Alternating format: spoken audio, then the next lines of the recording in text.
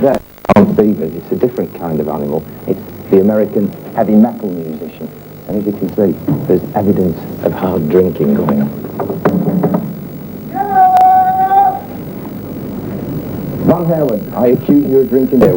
That's yours there, that's yours there. I found it outside your luxury suite. Shaped like you are. That's very kind of you. I've always longed for a figure like that. Am I going to get a proper drink or what? What are you drinking here? Is this an American beer? This is Budweiser. What's German? Try one. It's very nice. Yeah? Thank you. It's very nice. Okay, why don't you talk while we drink? Right. Okay. Now, later on today, at the Castle Donington Monsters of Rock, we're going to be playing in front of, well, they're expecting 65,000 people. Okay. And you must do those kind of gigs. They must be the norm in the States. Is that correct? No, the average size venue in the United States is probably half the size of that. In fact, Van Halen's only really top billed a couple of giant shows like that, maybe 3-4 times in our career. Yeah. Most of them are indoors. It's just the difference in the size venues that you have in Europe compared to the average size in the United States. How do you feel about going on stage before AC/DC? Doesn't matter what time We're taller. Yeah. there's been suggestions, like in the build-up to Donington, that there's some kind of rivalry between you. Are you going out there to blow them away? Is it a battle of the giants? It's not going to be a battle. There's not going to be any kind of rivalry. Maybe in their minds, but in our minds, we are going to jump on stage and we're going to play our music, and hopefully everybody will have a good time. Yes, it's been suggested that this year's Donington is going to be a battle of the giants, a sort of monster metal showdown between you and Van Halen. Is that how you see it? A monster? What like that? I can't even spell that word. Is there that rivalry? Nah, not really. We just, it's a different thing. They're more of, what would you say? Pop band, I suppose. Yeah. Than what we are. We're more rock and roll band. I think what's happening is there's liable to be a sense of competition at the Castle Donington Festival. It'll be more in the manner of who plays Edward's solo the best, and ad infinitum. Have you ever seen the kind of, you know what a drag race is? Yeah, the cars with the big fat tires on the back. And they got the little skinny tires in front. And every time they make a commercial for a drag race in the United States, the guy goes, makes it sound like you're going to a Monsters movie. He goes, 20, we got him, 20 nitro fuel burning, got screaming race, your lungs out Friday. And every time they do rock and roll concerts, they do the same kind of thing. I've noticed that around the world. They go, we're gonna tear your head off on your neck, buddy. That's right, Friday night, be there. Hey, you're not telling me you're nice, gentle lads, really, are you? Yeah, and what I'm questioning is who comes up with those advertisements, the advert people or AC/DC? No, I'm actually a very family-oriented kind of guy. I've personally started 3 or 4 since January. Too many people, or should I say a lot of people, would say that all hard rock, heavy metal sounds the same. How do AC/DC try to sound different from the other people in that kind of market? And a lot of people say that we make the same album, 11 times or so. And really they're lying. It's actually the 12th time we've ever done. Right. But do you try to give people the same things that they look for every time? We have a style, and we stick more or less to that style. It's pretty hard if you hear something of it, you know it does. Yeah. But there's not really a conscious effort to make successive LPs, one LP different from the previous one. Yeah, we always try to do something a bit new. A lot of times we are asked, what do you think of the resurgence of heavy metal and the leather-clad people and whatever? We're just making music. We've been doing the same thing for about 11 years, the way the band is, and it hasn't changed.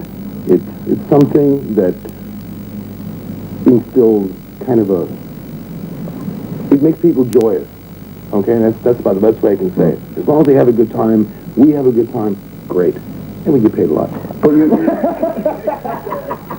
it's quite well timed, actually, that somebody brought me this book back from America this week, which I think is terrific, and I thought it would be a sort of survival manual for Donington. It's called The Complete Air Guitar Handbook. Elvis Presley, Jimi Hendrix, Bruce Springsteen, and you. And then inside, when we get to the 8 best air guitar albums. And number 8, anything by AC/DC. But number 7, actually, Van Halen 2. So, are you appalled that you're lowering the stakes in the air guitar albums than Van Halen? Oh, I'm upset. Really upset. do you make your albums with this kind of technique in mind? Yeah, so we actually play like Would you say that the advice that they give here on equipment is correct? I mean, here we see the air amp. Look, there's a picture of the air amp. We have a picture of the wall socket and, of course, the invisible amplifier. Just, do you use equipment similar to this? 2 plug rods, aye. Definitely. A couple of plug rods does us fine. And just before I leave you, here's a little present for Eddie. Oh, that's a little area. So later on today, the complete air guitar, invisible guitar is known in England. And here we have a simplified version of The Joy of Sex for you. Oh, thank you very much. That's great.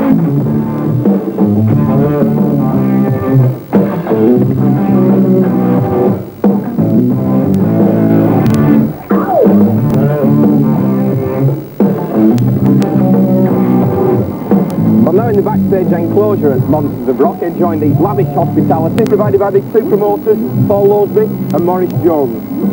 Alright, if we start with you, this is the 5th Monsters of Rock that you've organised now. By this time, organising something like this must be like falling off a log, is that right? No, not really, because every year is different. Every band's needs are totally different to what the bands were on the previous years. So, when do you begin organising an event of this size? Because it's a big event, 65,000 people.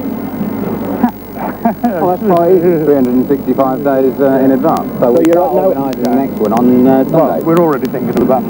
Paul, from a promoter's point of view, is it easier, is it better to put together a bill where the bands are all very similar? Is it easier to sell something like this?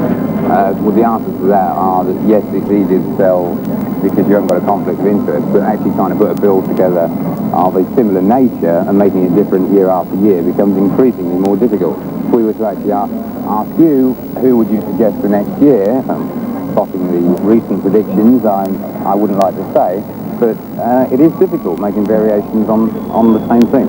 Obviously you do this in the hope of making a few quid at the end of it, it's not just a hobby. No, you've got this completely wrong. Promoters never make any money. We do it for the love of the music. Yeah. Totally for the love of the music. But apart from the few quid that you may make, are you actually bought into heavy metal yourselves? Is that what you listen to at home? I wouldn't call the music heavy metal. Like, to me, it's rock music. And I think we're both Right, you'll be able to see Morris and me sometime later on today in front of one of those bins. You'll be cracking the cranium. Yeah, no problem. Our heads will be shaking, our feet will be going. Smart. Well, you've gone to a lot of trouble to make the backstage area fairly attractive. The goldfish in the pool here, are they here for aesthetic reasons, or is it just a light snack for us? They're for us. They're definitely for us. Yeah, bets are being taken in the production office at the moment. Well, our sets are up on stage doing their thing at the moment. Meantime, I'm back in the backstage area with Mötley Crüe sharing a beer in the jar. Nicky, Vince and Mick. It's very difficult to be the opening act of any festival, and you came to Donington with a lot to prove. How do you think you put British Sophia and Swen, Nicky? What? How do you think you put British Sophia and Swen? It was great. It was great. Because we like to play early, get out there and rock and roll. We played a short set, blood guts rock and roll. There were a few missiles flying around, whizzing about your ears. Why do you think that was going on? We don't think there was enough. At our concerts when we headlined, we asked our audience to throw shit at us. Did I see raw meat being thrown on? That was great. That's great. I mean, somebody had the imagination to come with some liver packed in some case to whip it out on stage. The liver. Everybody told us, they go, when you guys go on stage, you're going to get pelted with all this stuff. And we went, that's good. And they go, it's good. We go, that's great. That's what our audience does to us. So you see it as affectionate rather than aggressive. Yeah. Because that means they want to get close to you. Whether they want to get close to you to beat your face in, or they want to get close to you to get to know you. At least it's like close. What does your mother think of all this? They love She it. loves it, you know? Yeah, my mother and father come to the shows, you know, out in the Los Angeles area. They're up there, banging their heads with the best of them. It could be argued that heavy metal is a rather simplistic model of exaggerated masculinity for the insecure pubescent male to adopt and assert. Is it really all about having a big willy? Yeah, we're flakes. We don't care. You know, we love this. And if you don't have one, you've always got your extra socks down your pants. You've hardly been discreet about your liking of drugs in a Sounds interview.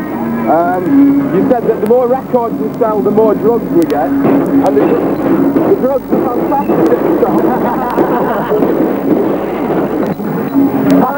Well, we cleared that one. Our dollar bills are looking in the bank or up the nose? In the bank. Yeah, bank. Well, I know that the thing you're most interested about in any film of a festival are the toilet arrangements. Well, the toilets are over there and they're full. Let's see what the band like,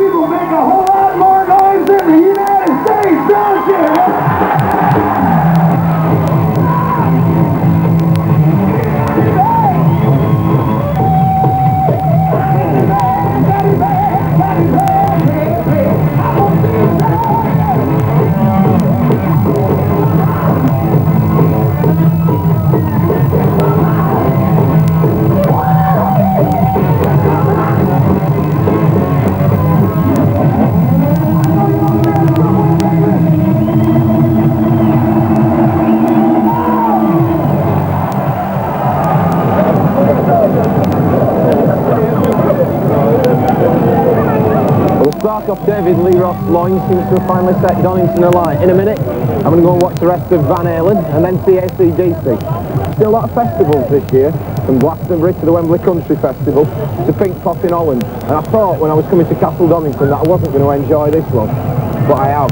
So, armed with me bloody wristband and the invisible guitarist manual. What more can I say except thank you very much, Whistle Set. You've been a great audience. We love you. Good night.